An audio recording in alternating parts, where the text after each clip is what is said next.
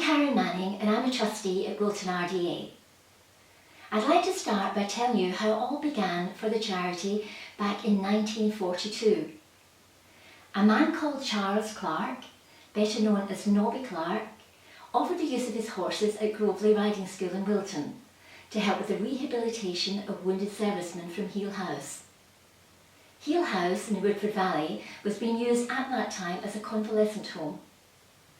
Gradually, the riding school attracted more local people with disabilities, including children with Down syndrome and patients from the Old Manor Hospital. By 1965, regular groups were coming to ride from the children's unit at Salisbury Hospital. Unfortunately, 10 years later, in 1975, Groveley Riding School was sold, meaning that this riding activity had to move.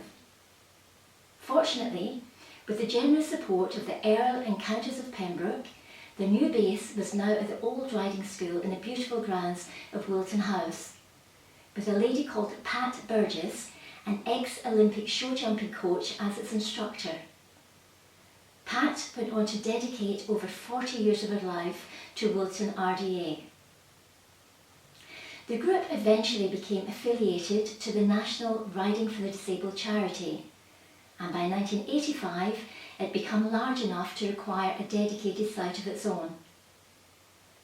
The Pembroke estate very generously provided space for the new centre just beyond the walls of Wilton Estate, and after a huge fundraising exercise they were able to build and create an indoor and outdoor arena, stables, numerous paddocks and a track leading to a lovely woodland area. Over 35 years later, Wilton RDA has grown so much and now provides 130 riding slots per week. Each year, on average, 230 people come to ride at our centre. This includes 10 local schools who bring groups of children to ride each week.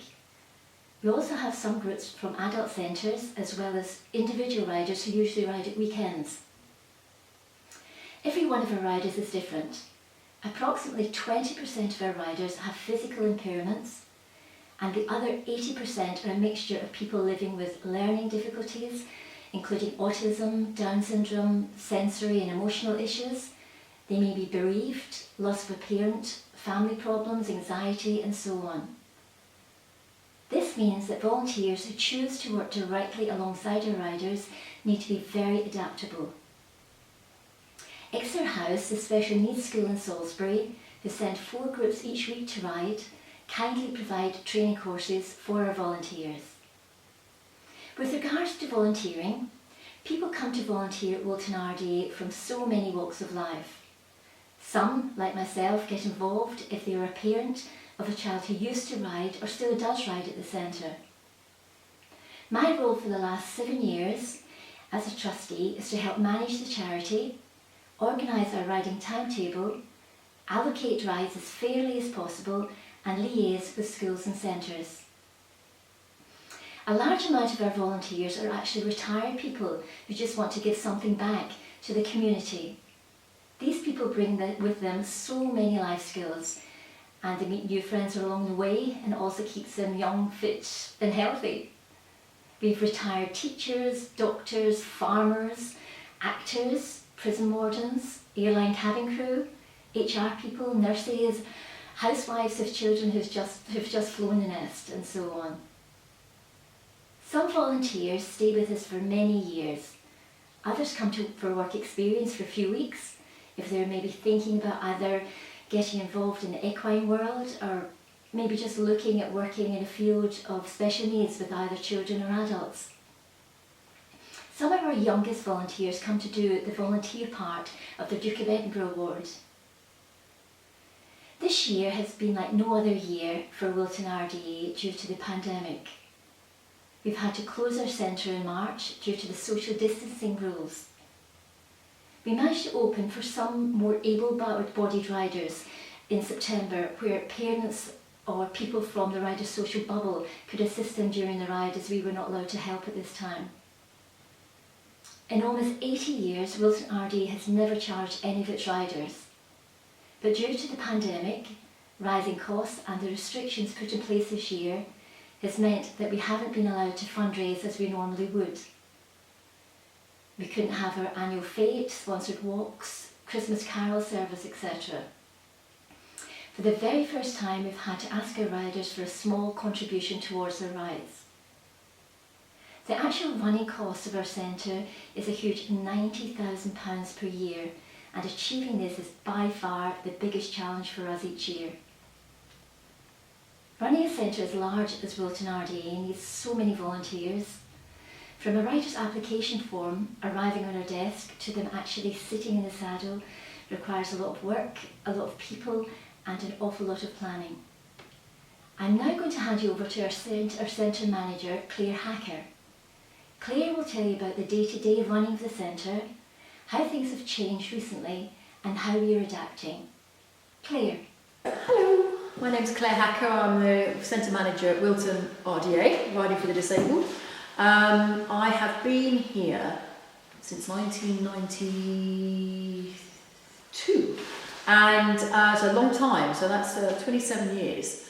I started originally when my son was 2 and I was already a qualified riding instructor with the British Horse Society. I'd taken a break, had a child, and then I realised how much I missed horses, and so somebody mentioned about riding for the disabled and I thought, oh, that sounds really good, sounds interesting, this could work for me. So I got in touch with the group organiser at the time, a lady called Pat Burgess, and I said, do you need any extra help? And she said, yes please, come along. So I turned up and immediately got whisked into this wonderful environment that we have. I was immediately struck by the loveliness of the ponies, the wonderful riders and the friendly volunteers. I could see the great work that was being done at RDA, therapy riding. You could see the benefit of riding for disabled people and for everybody that was helping there as well. So it was fantastic, and that started off my voluntary time with RDA, and I carried on working, and then over time I was very fortunate to be able to be paid to do my work here, and it just combined really well with bringing up a child and my love of horses, so I got everything that I wanted really. My little part-time job then moved on to being centre manager here. Recently we've increased our workload and so built the company up more, and so there was room for a centre manager. I'm very fortunate to be able to do that.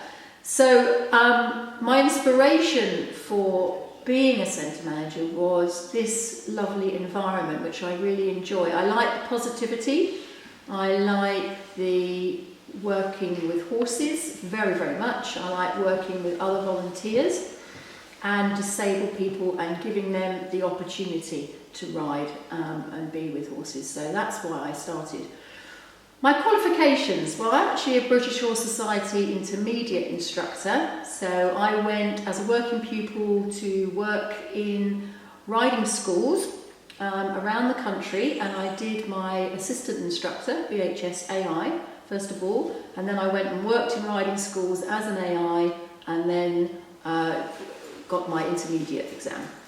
So then after that I ran a livery yard of my own in the New Forest, and then I decided to take a break from horses, and I went travelling, and then when I came back I realised that I really needed to have horses in my life. Those of you who have horses will know what that means. So that's when I came to RDA.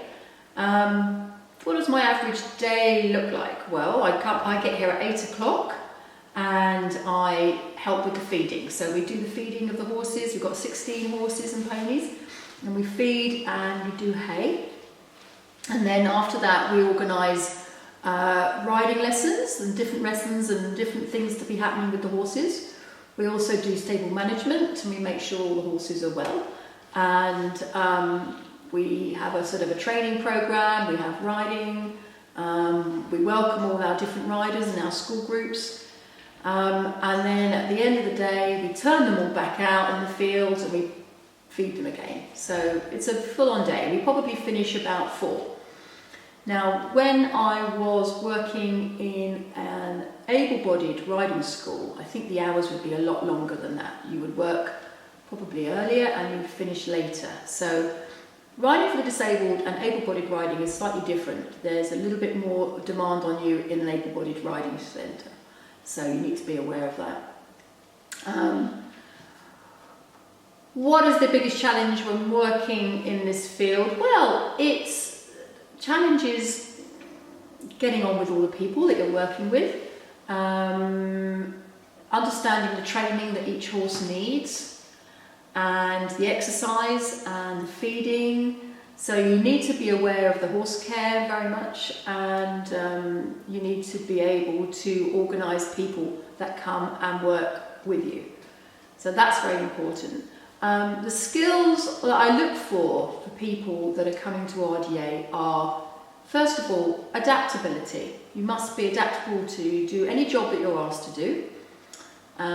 You need to be flexible, so you might be given something to do and then you need to stop doing that and do another job, and that shouldn't be a problem for you, so you must be flexible.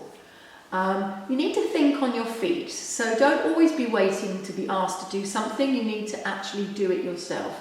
Think what needs to be done, try and learn the routine and actually go and do it without being asked.